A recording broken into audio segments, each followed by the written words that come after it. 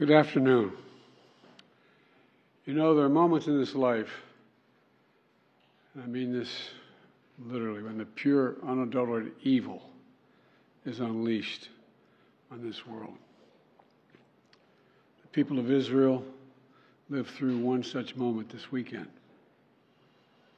The bloody hands of the terrorist organization Hamas, a group whose stated purpose for being is to kill Jews. This was an act of sheer evil. More than 1,000 civilians slaughtered, not just killed, slaughtered in Israel. Among them, at least 14 American citizens killed. Parents butchered using their bodies to try to protect their children. Stomach-turning reports of babies being killed. Entire families slain. Young people massacred while attending a musical festival to celebrate peace. Women raped, assaulted, paraded as trophies. Families hid their fear for hours and hours, desperately trying to keep their children quiet to avoid drawing attention. And thousands of wounded, alive but carrying with them the bullet holes and the shrapnel wounds and the memory of what they endured. You all know these traumas never go away. There's still so many families desperately waiting to hear the fate of their loved ones, not knowing if they're alive or dead or hostages. Infants in their mother's arms, grandparents in wheelchairs, Holocaust survivors abducted and held hostage.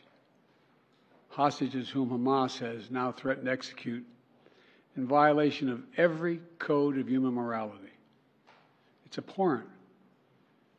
The brutality of Hamas, these bloodthirstiness brings to mind the worst rampages of ISIS. This is terrorism. But sadly, for the Jewish people, it's not new. This attack has brought to the surface painful memories and the scars left by a millennia of anti-Semitism and genocide of the Jewish people. So in this moment, we must be crystal clear. We stand with Israel. We stand with Israel. And we will make sure Israel has what it needs to take care of its citizens, defend itself, and respond to this attack. There's no justification for terrorism. There's no excuse. Hamas does not stand for the Palestinian people's right to dignity and self-determination. Its stated purpose is the annihilation of the state of Israel and the murder of Jewish people. They use Palestinian civilians as human shields. Hamas offers nothing but terror and bloodshed with no regard to who pays the price. The loss of innocent life is heartbreaking. Like every nation in the world, Israel has the right to respond, indeed has a duty to respond to these vicious attacks. I just got off the phone with a third call with Prime Minister Netanyahu, and I told him, the United States experience what Israel is experiencing, our response would be swift, decisive, and overwhelming. We also discussed how democracies like Israel and the United States are stronger and more secure when we act according to the rule of law. Terrorists purposely target civilians, kill them. We uphold the laws of war, the law of war. It matters. There's a difference. Today, Americans across the country are praying for all those families that have been ripped apart. A lot of us know how it feels. It leaves a black hole in your chest when you lose family. Feeling like you're being sucked in. The anger, the pain, the sense of hopelessness. This is what they mean by a human tragedy, an atrocity on an appalling scale. But we're going to continue to stand united, supporting the people of Israel who are suffering unspeakable losses and opposing the hatred and violence of terrorism. My team has been in near constant communication with our Israeli partners and partners all across the region and the world from the moment this crisis began.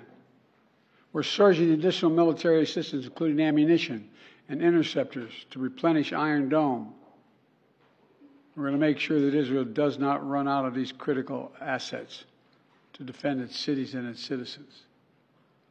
My administration has consulted closely with Congress throughout this crisis. And when Congress returns, we're going to ask them to take urgent action to fund the national security requirements of our critical partners. This is not about party or politics. This is about the security of our world, the security of the United States of America. We now know that American citizens are among those being held by Hamas. I've directed my team to share intelligence and deploy additional experts from across the United States government to consult with and advise Israeli counterparts on hostage recovery efforts. Because as president, I have no higher priority than the safety of Americans being held hostage around the world. The United States has also enhanced our military force posture in the region to strengthen our deterrence. The Department of Defense has moved the USS Gerald R. Ford Carrier Strike Group to the Eastern Mediterranean and bolstered our fighter aircraft presence. And we stand ready to move in additional assets as needed. Let me say again, to any country, any organization, anyone thinking of taking advantage of this situation, I have one word: don't. Don't. Our hearts may be broken, but our resolve is clear. Yesterday, I also spoke with the leaders of France, Germany, Italy, and UK to discuss the latest developments with our European allies and coordinate our united response. This comes on top of days of steady engagement with partners across the region. We're also taking steps at home. In cities across the United States of America, police departments have stepped up. Security around centers of Jewish life. The Department of Homeland Security and the Federal Bureau of Investigation are working closely with state and local law enforcement and Jewish community partners to identify and disrupt any domestic threat that could emerge in connection with these horrific attacks. This is a moment for the United States to come together, to grieve with those who are mourning. Let's be real clear. There is no place for hate in America. Not against Jews, not against Muslims, not against anybody. What we reject is terrorism. We condemn the indiscriminate evil, just as we've always done. That's what America stands for. You know, just over 50 years ago, I was thinking about it this morning, talking to the Secretary of State, the Vice President in my office. Over 50 years ago, as a young senator, I visited Israel for the first time as a newly elected senator. And I had a long, long trip, a meeting with Golda Meir in her office just before the Yom Kippur War. And I guess she could see the consternation on my face as she described what was being faced. They were facing.